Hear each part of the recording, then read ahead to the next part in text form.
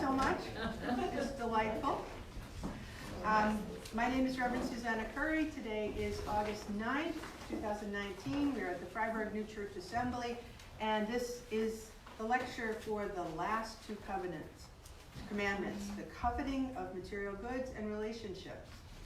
And as the religious program coordinator, I get to pick what I get to do. And I wanted to do these two because at the culmination of the commandments, what we are experiencing is it's all these things that we've talked what you should do, what you should not do, and now we're going to talk about the internal experience, what we want. Now I want to point out to us this lovely, lovely quilt that's put up there. How many people really would love to have that in their homes? Yeah.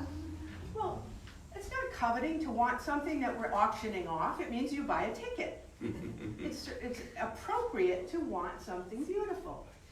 And isn't one of the hardest things in life deciding what's my will and what's God's will? It's the hardest thing to figure out.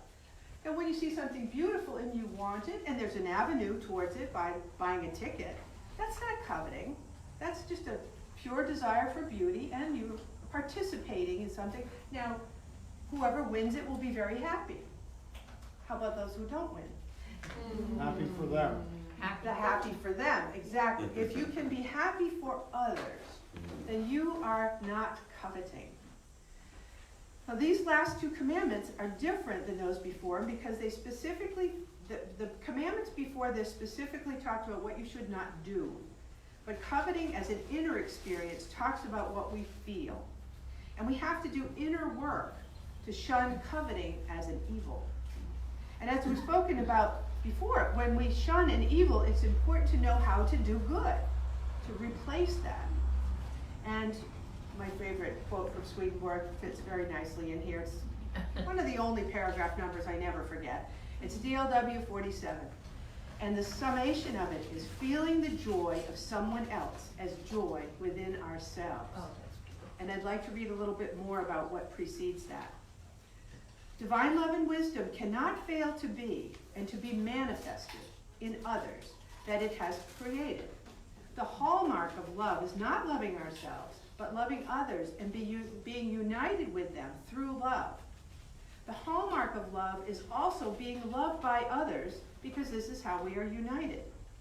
Truly, the essence of all love is to be found in union, in the life of love that we call joy, delight, pleasure, sweetness, blessedness, contentment, and happiness. The essence of love is that what is ours should belong to someone else. Feeling the joy of someone else as joy within ourselves, that is loving. Let's just feel that for a minute. And I want to give an example of it. When we feel joy in ourselves because we've got what we want, that's not loving. When we feel joy in ourselves because someone else loves us,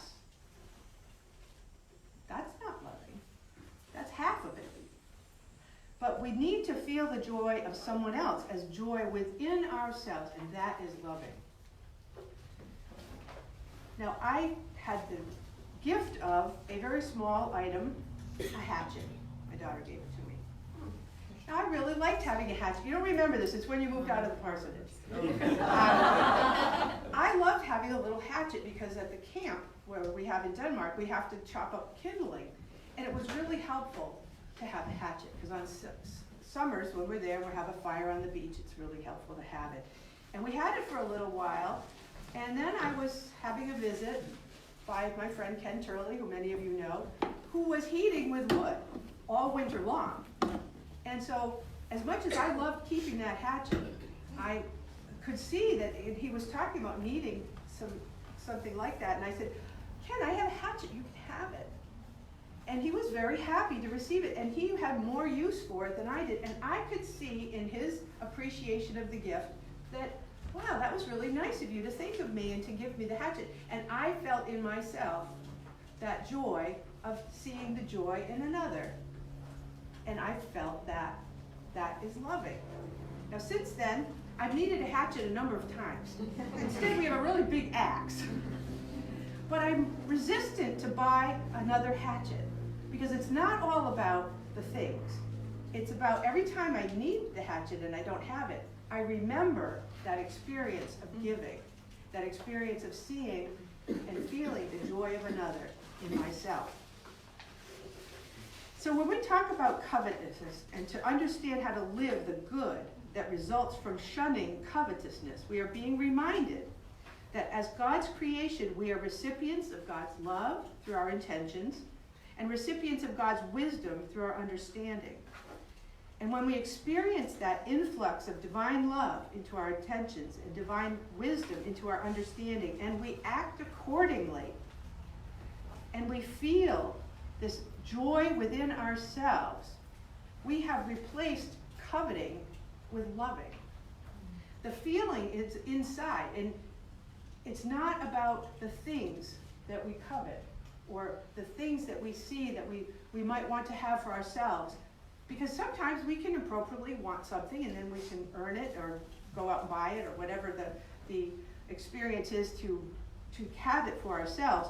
But the question is, are you and can you be happy with what you have? Another quote from Swinburne from Divine True Christian Religion is, so far as one refrains from coveting what belongs to the neighbor, so far he wishes the neighbor to enjoy his own. In our material world, and once we leave camp, we're going to be knee deep in it. Maybe neck deep. We are engaged in a society where the pursuit of happiness is focused on goods and material things that we have, that others have, and we think that it will make us happy to have more. Mm-hmm. The movie we watched last night, the Happy movie, gave us a broader perspective on what happiness is in other cultures around the world, and how it's our inner experience that determines our contentment or discontentment with what we have. The shift in feeling from wanting more to being grateful and appreciative of what we have can be a spiritual awakening. It can happen with anyone at any time, and it is experienced in every time we accept the divine love and wisdom into ourselves and act from it. So I want you to listen to the feel of these statements. I have what I want. I want what I have. Can you feel the difference in perspective there? I have what I want states that, well, I'm satisfied right now with the wants that I've had, and I'm momentarily in a state of contentment. I have what I want. Do you think that'll last? Mm-hmm. Probably not. I want what I have has a sense of contentment with whatever one has, and an aspect of appreciation and stewardship and gratitude. It raises up the appreciation of what is. And in our movie, I have to say last night, my favorite is the rickshaw driver. He had nothing in material worth. He had family, he had employment, and he was happy. We sometimes try to look at the things and judge other people's happiness. Well, how could he be happy? He lives in a tin shack. But he was happy because it's an inner experience. It didn't have to do with his outer experience and what he had. Now there's also that feeling of I don't have what I want. And that's when we're actively covetous of what other people have or something we have yet to achieve. We want something more. And our life is a constant state of change. We grow, we work, we change work, employments, we make decisions all the time. And these decisions are based on our desires. So that, like I said earlier, how to decide what's God's will and what's my will. Is what I want good for just me, or good for me and others, or good just for others? Think about now for a minute, just close your eyes and think about something that you really would like. Whether it's a change in a relationship or a thing or going to a place, something that you would like. All right, now keep that in your mind and just add to it the question, is this just for me or is this including others? If it's just for you, you might think that that's self-will. That's what I want for me. But if what you want will also give others joy, and then you can feel the others' joy as joy in yourself, that is a divine impulse. I'd like us to think about for a minute, because the 2 commandments, they start with coveting material goods and then talk about coveting relationships. Coveting material goods is different than just the normal daily living of going to work and getting your paycheck and buying what you need for your family. Coveting material goods is a feeling that you will never satisfy. Think about that for a minute. If you are coveting material goods, and there was an awful bumper sticker for a while that said, "The one who dies with the most toys wins." I hated that. Hope it was sarcasm. Well, hopefully. And actually, after Christmas, I can remember this a number of years, my father said, "The one with the most trash outside after Christmas had the best Christmas." No. People who recycle might have had the best Christmas. Who knows? But it's a different feeling, and it's a God-given feeling to want to progress along life's path, to want to grow and have food for your family and have parties and share food with others. And to share with others is the opposite of coveting from others. When you have that desire and you know it's not just good for me, it's good for others, you can feel pretty confident that that's going to be a divine inspiration. And I used to love to have parties. I used to have a lot of parties. The fun was in seeing people have fun at the party. The fun was not in, oh, everybody thinks I'm the greatest hostess. It was about watching everybody have fun with each other. So this place in our hearts that's got this inspiration to do, and we don't do anything we don't love. We're all guided by our loves. We need to look at why we love that. Because if we're not finding the divine love and we're focusing on the selfish love, those are the loves that lead to murder and adultery and stealing and lying. All those things will happen to get what you want when you're focused on that love that is just leading towards the self. And with the love of the world, which is the material goods, you're going to invert your divine order. The divine order in us is to have a healthy love of the self, a healthy love and stewardship of the world around us, a embracing of the others in the world and in our lives, and then finally the highest love of God. And when we're in that order, and I think of this as like a recipient vessel, okay, like a cup. We're in this order, and the Lord flows in because we're focused up. It fills us up with love, and we are loving all things in the proper order, and then more love spills out at the top.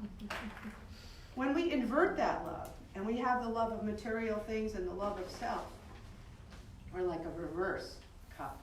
Love of self is at the top, and then love of material things, love of others, and oh, gee, there's no room for love of God because my cup is upside down. And there's no place for influx to get in because I've put love of self at the top. Mm-hmm. And love of self is what leads to the coveting of the 10th commandment, the coveting of another's wife or servants. It's a coveting of relationship. But I want to stop a minute with this commandment number 9, thou shalt not covet thy neighbor's goods. That's the shalt not. What's the shall?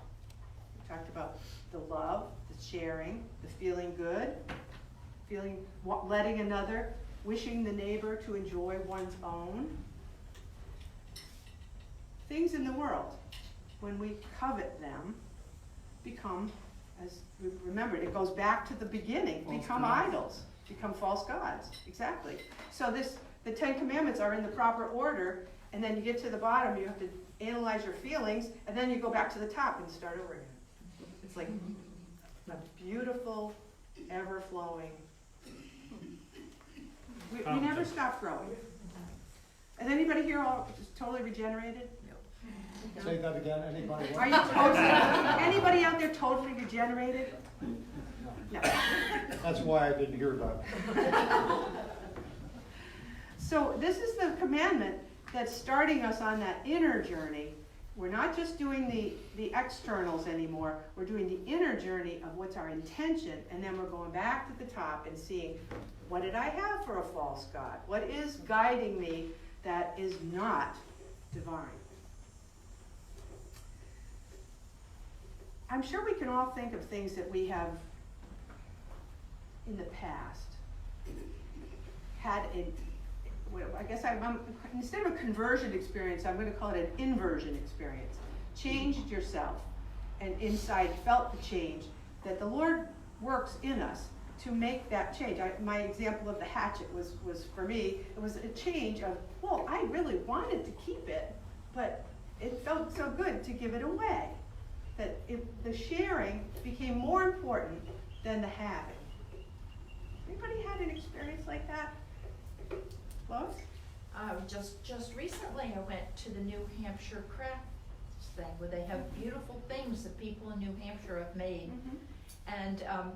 And I wanted to buy a gift for a friend who's loaned us his house.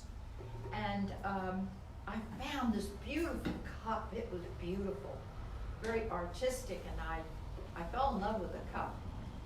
And so I took a picture of it and sent it to him. And he said, well, if you really like that cup, that's fine, but remember, I like cups that are light in the middle, so I can see if they're really clean. This one was dark. So there I am looking around. There were only like 3 or 4 cups that were light in the middle. They were mostly all the color of the outside. And there I was, it was a struggle. I really like this cup, but he won't really be happy with this cup. So I made myself buy the one that was light in the middle because it was for him, and George told me you should buy a gift that really makes the other person happy. So I came home with a cup, and I really feel happy about it now. And that's a wonderful example of combining love and wisdom in a decision, because you loved one, but it wasn't for you. And to love the other person, you give them what's meaningful to them.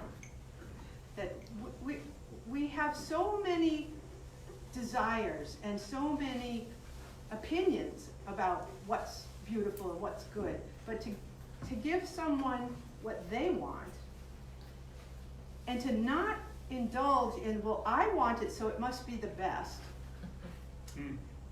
It's helping us to get past that feeling of covetousness, that I want this because it's for me. Anybody else had an experience of feeling that shift of change between Sage? Well, my husband and I covet a long time, and he has been alone for the entire week, and that is a gift. Probably the longest he's been alone in 7 years, and I thought I was going to feel resentful about it. And there have been moments, but mostly I felt very happy to know that he's having that time, because it's so important to him to have that alone time. So I'm pleasantly happy with myself that I haven't been just frustrated that I didn't get the week to myself, but I feel grateful that he's had that time. He'll be here this afternoon, and he's a crazy introvert, so just know that he doesn't. I'm But happy. you have that feeling of I have joy in joy, yourself for his joy. Yeah. And as you mentioned, sometimes it's hard to come by. Yeah. It's hard to maintain, because we do want to be happy for ourselves. And we do want certain things that sometimes other people have, and we don't. Anyone else? Nancy? one time I was invited to be a bridesmaid. And she was younger than me, and I had introduced her to this young man. They were very much alike, and it wasn't a plan, it just kind of happened. So the day of the wedding, my parents came all the way from Vermont because they knew the parents of the girl that was getting married, to whom I was the maid of honor. And my father and mother and I were walking across a meadow toward a big building, and my father said to me, "Why isn't it you?" And I absolutely burst into tears because I was so happy to have been a part of what they were doing that I had forgotten about me. And I was older and unmarried, and I just wasn't focusing on that. But I realized how painful it was that my father didn't understand that, and that he was trying to make me the center of something that I already felt a part of. But I didn't covet it. It's just that I would have wanted, for his sake, for me to be able to be doing that. And because he was going to pass away soon, which of course I didn't know, but that was the story where it was a sort of a reversal of that. But it was somehow there, but not for, I didn't want to marry her husband or anything like that. But you were having that feeling of joy for her in was, yourself, and you but loved her, and you suddenly didn't feel the it same left. from him. It left, but then it came back again when the actual event happened. So it does roll around a little bit. It was a little confusing to figure that out. So thank you for letting me share that. Sure. Well, there's so many different ways we experience this. That's why I wanted us to, not wait till the end to have a conversation. Start. I was thinking that even just here at camp, I've been at the puzzle table a lot doing puzzles and love puzzles, but there's been a number of people coming in and out also doing puzzles. And if I'm finding one, I usually take the box in my magnifying glass. If I find one and I know where it's going to go and someone's standing there, I'll say, here, I think this puzzle piece goes in here, and let them put them in because they get so much joy putting it in. And even last night we took some of when it was done, the bug puzzle, we took 3 of the last pieces out because there were 3 of us there. We were admiring it, and we said, here, and we gave each of us a piece. Let's just put these puzzle pieces in again. So we all put them in again. It was just joyful watching everybody put puzzle pieces in. I didn't have to do it. I remember when you did that with Theo, and he was thrilled. But you said, you can put that right there. And he did, and he was so impressed. He didn't know he could do a puzzle. That's wonderful. And this shows us all the very many little ways that we can shift from. And my uncle used to steal the last piece of the puzzle. My mother still to this day will look around and make sure that he's not nearby. She's finishing a puzzle because he would hide it so he could come in and do the last one. But the shift in our thinking and in our hearts between coveting and sharing and feeling that joy within ourselves. So let's move on to commandment number 10. Thou shalt not covet thy neighbor's wife, nor his manservant, nor his maidservant, nor his ox, nor his ass, nor anything that is thy neighbor's. And we have some wisdom from Swedenborg from the Arcana. This signifies that one must beware of the love of self and of the world, and thus lest the evils which are contained in the preceding commandments become of the will, and so come forth, is evident from the signification of coveting as being to will from an evil love. That coveting has this signification is because all covetousness is of some love, for nothing is coveted unless it is loved, and therefore coveting is the continuous of love, in this case the love of self or of the world, and is as it were the life of its breath. Coveting is an evil love. It's a love that is sometimes harmful to others, not just, not giving to them, but actually harmful to them. And this is where that order of the loves is helpful to realize that when we are an inverted recipient vessel, we have no place for the Lord to come in, and the highest thing we see is love of self. And that's the love of dominion over others, power over others. And then secondary to that, the love of the world, which we talked about in the 9th commandment. Swedenborg's image of the order of the loves is showing us that with a proper order of the loves, where our recipient vessel is open, that divine influx comes in and overflows from us. That our love is, we are filled with a healthy love, that we're taking care of ourselves, we're good stewards of the world, we care for one another, and then finally we give it all up to God. And in this proper order, we are open to new experiences that we never knew we would have. We are open to new relationships. We're open to seeing what God is leading us into. Have you ever tried something because you think it might be a good idea and then discovered wonderful things you never could have expected? The Lord is leading us into places and into relationships and situations that are higher than our minds could ever imagine. So I want to look at that broad thing first. So instead of coveting the neighbor's spouse or any of those other, the servants are serving the master, so to speak. So they're and the partner is linked to the person they're talking about. So I think of this as there's the material goods side in the 9th commandment, and then there's the relationship side. And in relationships, we're either in collaboration and cooperation and equal partnership and mutual love, or we're in a situation of domination and, the yes men mentality, and I want anything to have the power over others. So we have the large love that inspires us to more and more unexpected mysteries in life, or we have the small love, the love that's selfish and dominating and covetous. And we also have those loves. Some are obvious and some are insidiously small. Insidiously small. When you are coveting that someone's having a really, wonderful conversation with someone, and you don't feel like you're having a conversation with anyone, and you're feeling left out, you're coveting that relationship, that moment. Well, what do you do about it? You sit and stew, or you look around on the porch and see if there's someone else to talk to. We have choices, and that's one of the things about this inversion of the loves, is this feels like there's no choice. I love myself and not everybody is appreciating me. Wah. I'm going to be whining about that because my love of self rules. Why isn't everybody telling me I'm wonderful? I'm the one that should be appreciated all the time. So then everybody else is wrong in your mind. Everybody else is mean. That's not true.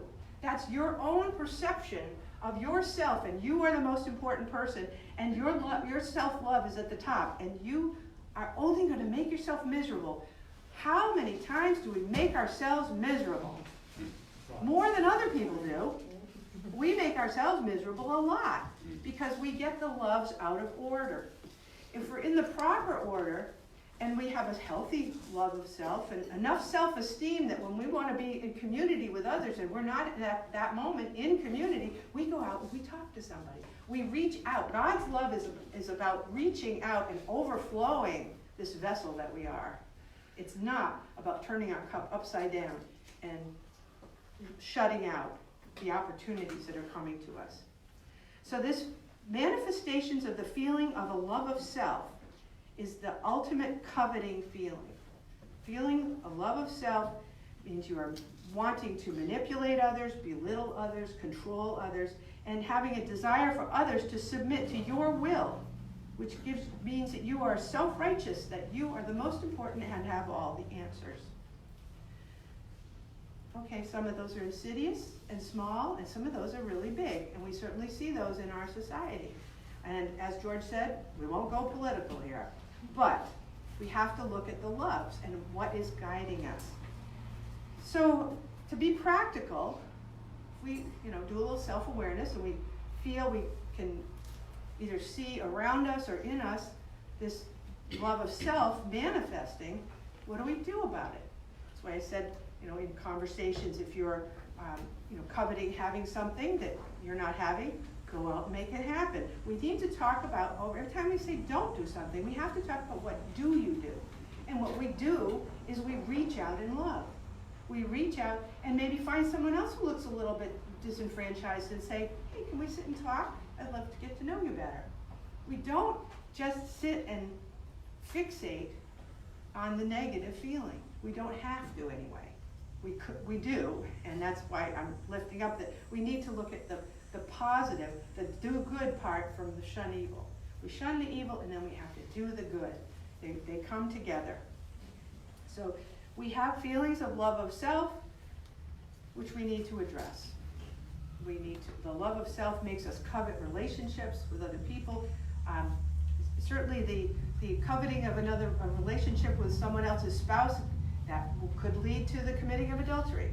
When you're coveting someone's goods, that can lead to stealing. When you're coveting someone's manservants or maidservants, that can lead to lying. I mean, there's lots of things that we're being pushed back through the commandments again. It's a cycle.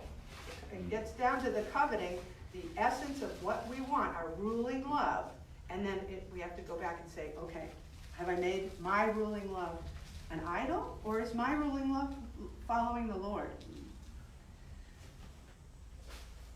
When covetousness in either form rules your will, you're cut off from a mutual love of sharing that will bring the true happiness of the love of life, the life of love, and the love of life. The dissatisfaction that results in the inability to ever satisfy material and relationship desires can manifest in all manner of evil, from frustration to anger, self-righteousness, and that can result in both harm to yourself and to others. So let's go back for a moment and hear again the do-good part of the coveting commandments, and that's again Divine Love and Wisdom number 47. Truly, the essence of all love is to be found in union, in the life of love that we call joy, delight, pleasure, sweetness, blessedness, contentment, and happiness. The essence of love is that what is ours should belong to someone else. Feeling the joy of someone else as joy within ourselves, that is loving. The floor is yours.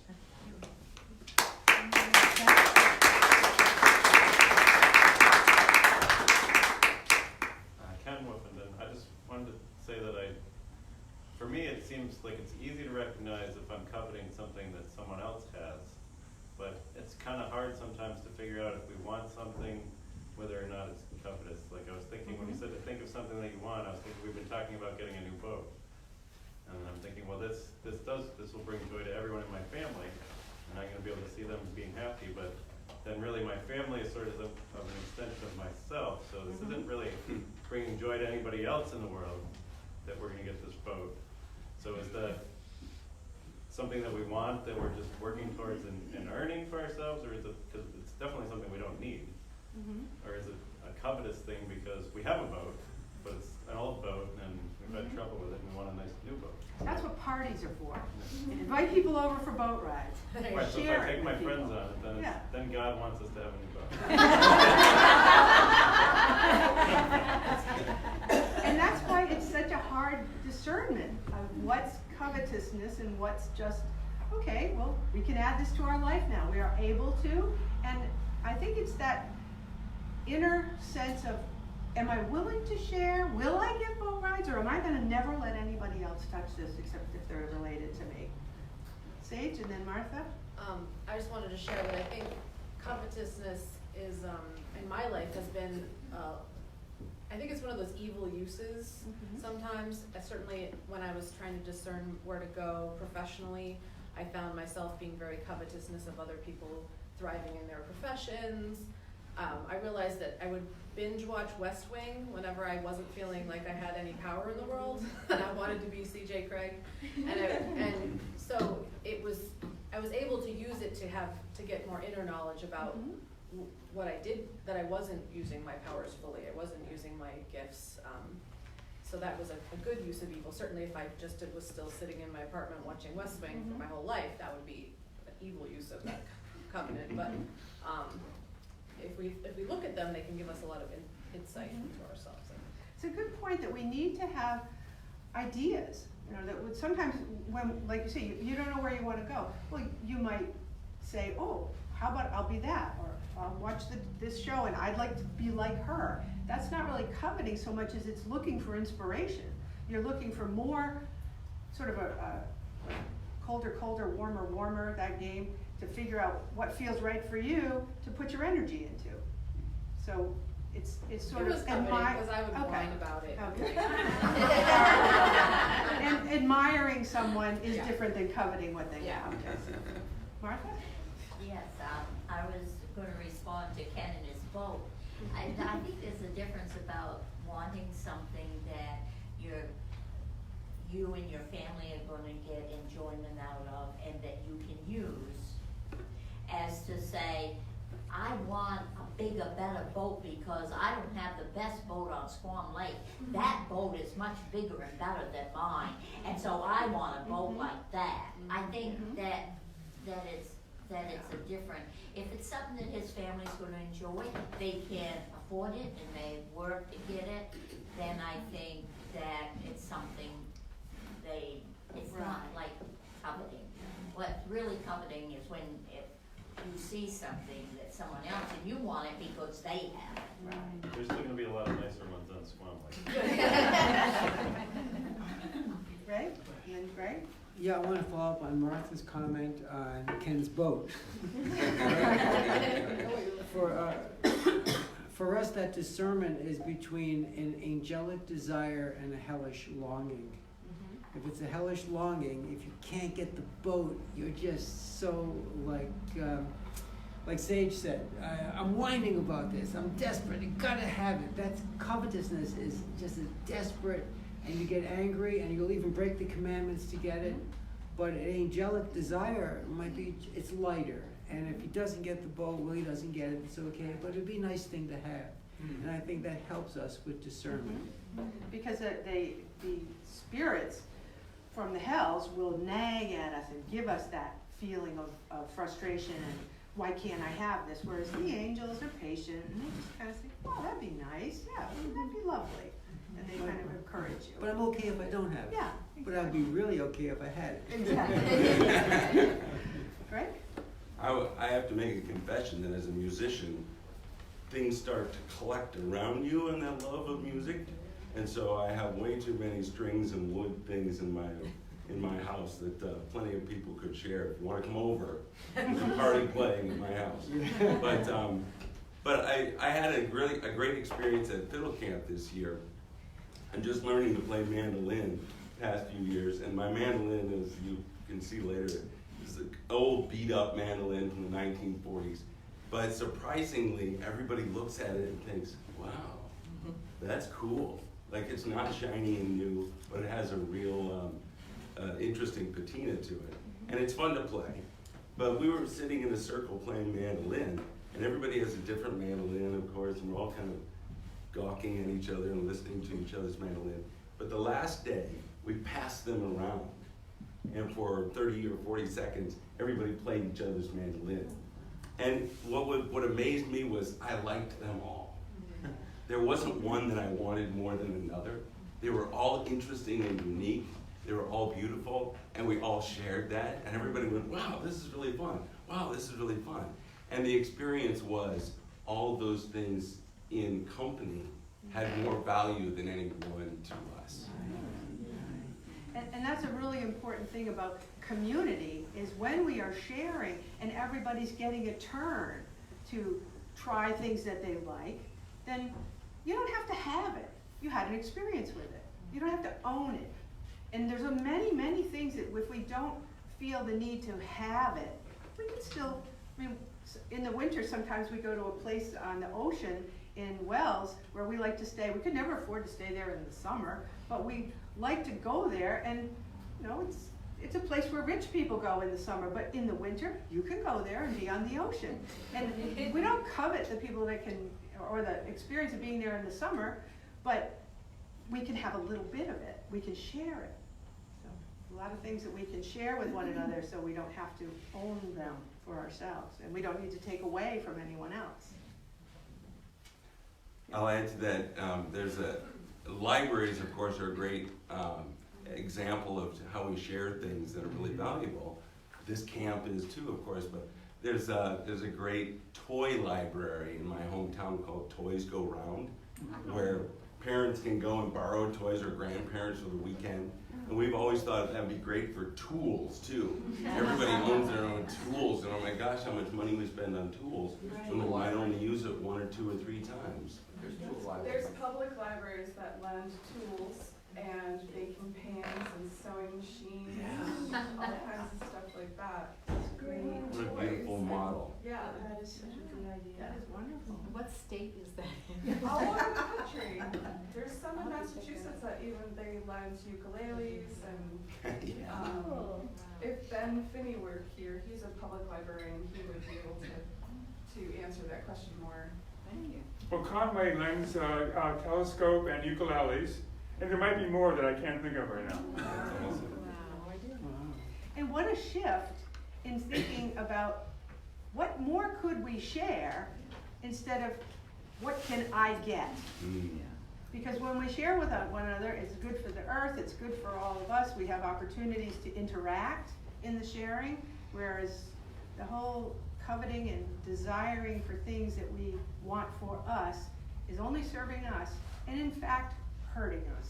Because it's keeping us in that, I don't have what I want, I have to get what I want, instead of, I want what I have, and I'd like to share it. It's a shift in our minds, and it's the Lord coming in and giving us that inspiration. Anyone else have a story?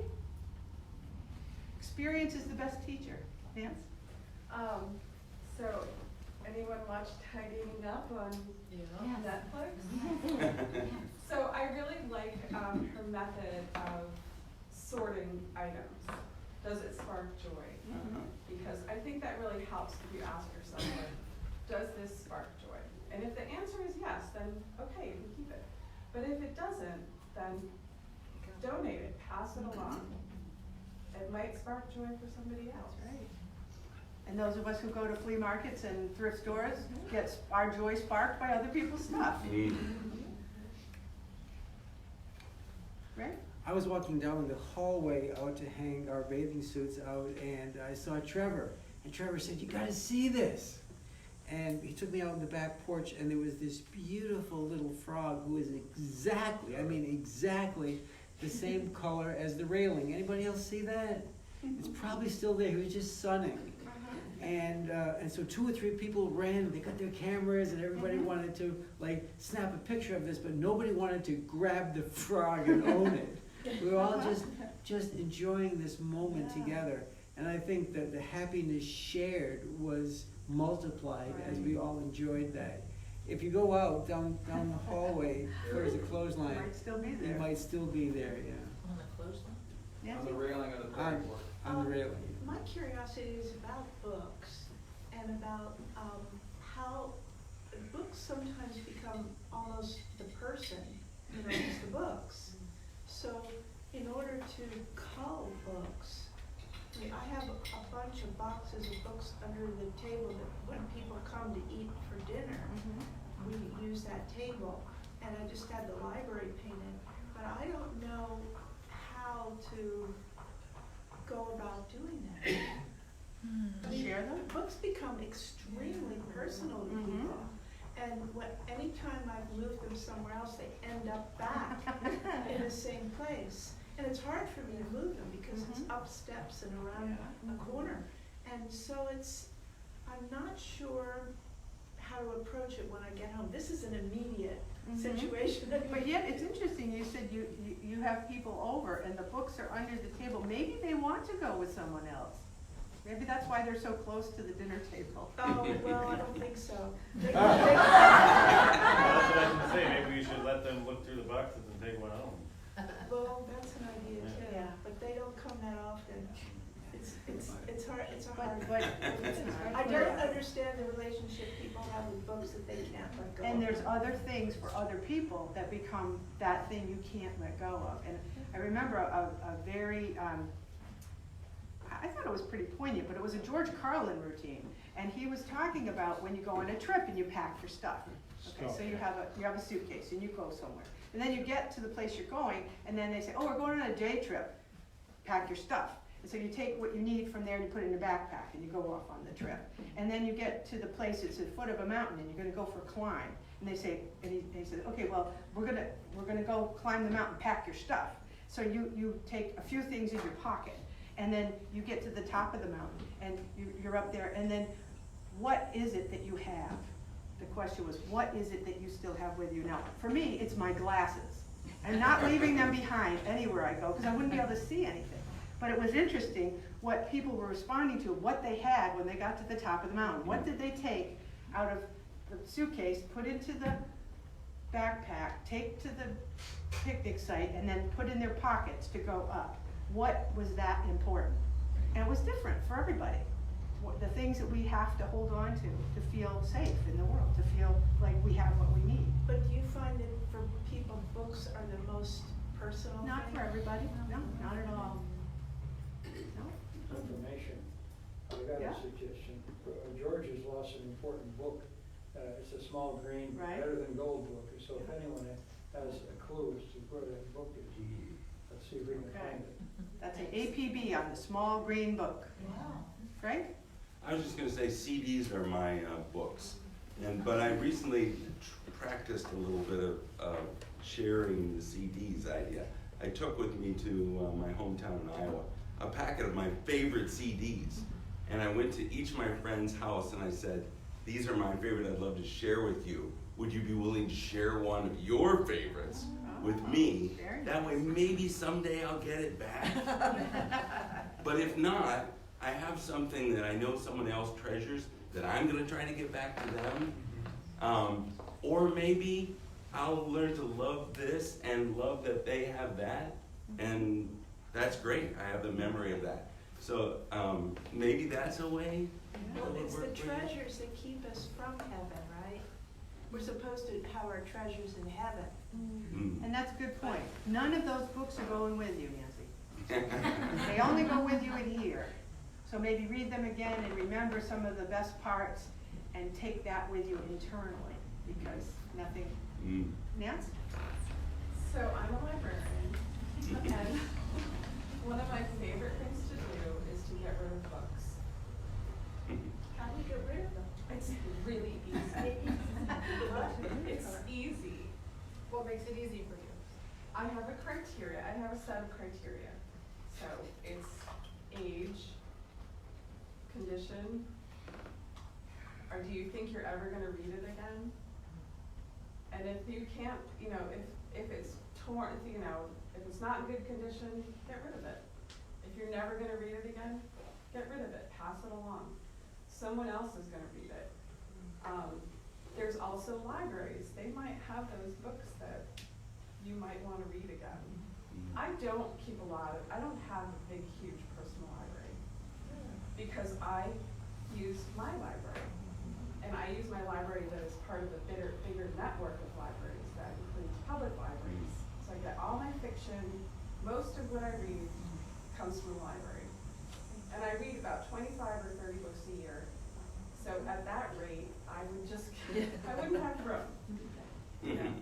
So I donate books here, and I donate to thrift stores and book sales. It's easy. You can do it. Thank you. Thank you. And I just want to end with my comment to Nancy. No matter what you covet, whether it's things or relationships, you can't take it with you. So use that privacy of your own mind to work out those feelings, and just share with one another and know that God is providing for us all.